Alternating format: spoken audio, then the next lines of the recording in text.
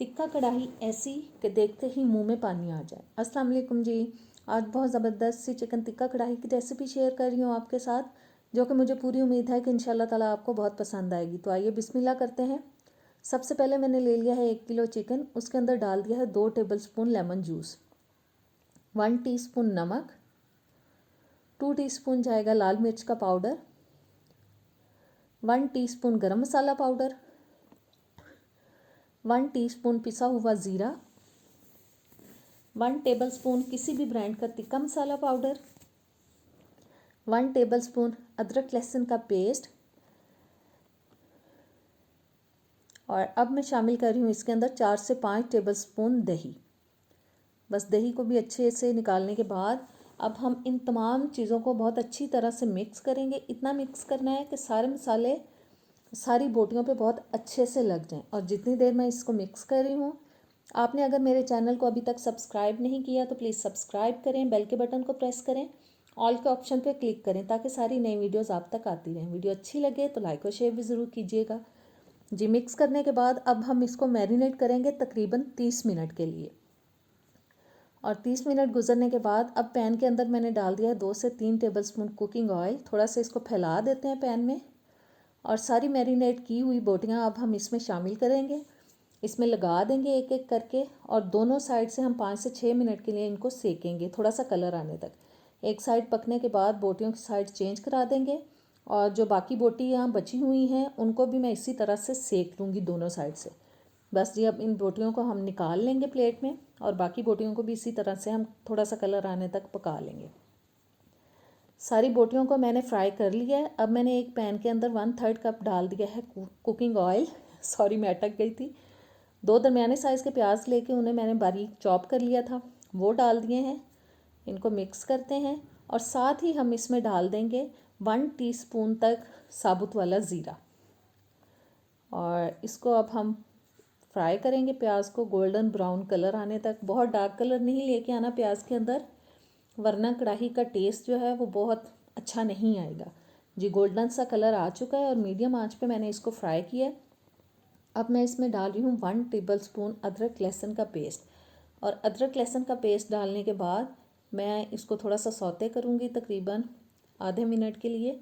और अब मैं इसमें शामिल कर रही हूँ जी टमाटर, जो कि मैंने 5 बड़े साइज़ के लेके उन्हें चॉपर में डाल के अच्छे से चॉप कर लिया था। आप प्यूरी फॉर्म में भी डाल सकते हैं। 5-6 मिनट के लिए अब हम टमाटरों को पकाएंगे ताकि टमाटर भी थोड़ा सा सॉफ्ट हो जाएं। और बीच बीच में मैं 1-2 बार इनको हिला भी दूंगी जी। टमाटर तकरीबन थोड़े से सॉफ्ट हो चुके हैं और ऑयल निकलना शुरू हो चुका है। अब मैं इसमें शामिल कर रही हूँ बाकी के स्पाइसेस। 2 टीस्पून मैंने डाल दी है लाल मिर्च पिसी हुई, नमक जाएगा हस्बे टेस्ट। ये जहन में बात रखें कि आपने मैरिनेशन में भी नमक शामिल किया था, लिहाजा उस हिसाब से डालें। हल्दी डाल दी है 1 टीस्पून और 1 टेबलस्पून मैंने डाल दिया है सूखा धनिया पाउडर। बस इसको अच्छी तरह से मिक्स करते हैं सारे मसालों को। और अब हम शामिल करेंगे इसके अंदर चिकन जो हमने फ्राई किया हुआ है। सारा चिकन मैंने डाल दिया इसके अंदर और जूसेस भी डाल दिए ताकि बहुत अच्छा सा फ्लेवर आए। और बची हुई थोड़ी सी मैरिनेशन जो बची थी बोल के अंदर, वो भी मैंने डाल दी है। और मिक्स करेंगे अच्छी तरह से। और मिक्स करने के बाद अब हम डालेंगे इसके अंदर तकरीबन 1 कप तक पानी। पानी डालने के बाद फिर से इसको मिक्स करेंगे और हल्की आंच पे अब हम इसको पकाएंगे तकरीबन 12 से 15 मिनट के लिए। ऊपर से अब कवर कर देंगे और कवर करके हम इसको पकाएंगे ताकि चिकन जो है वो अच्छे से गल जाए। और तकरीबन 15 मिनट हो चुके थे इसको पकते हुए। अब मैंने ढक्कन उठा दिया है, पानी ड्राई हो चुका है, देखें ऑयल निकलना शुरू हो चुका है। और अब हम इसमें शामिल करेंगे जी 4 से 5 टेबलस्पून तक दही। दही को मैंने अच्छे से फेंट लिया था। और 4 से 5 टेबलस्पून ही मैं इसमें डाल रही हूँ क्रीम, पैकेट वाली क्रीम यूज़ कर रही हूँ। और जी अच्छे से इन दोनों चीज़ों को मिक्स करेंगे और तब तक अब हम इन्हें पकाएंगे जब तक कि ऑयल सेपरेट ना हो जाए, हमें कढ़ाई के अंदर ऑयल नज़र आना शुरू हो जाए।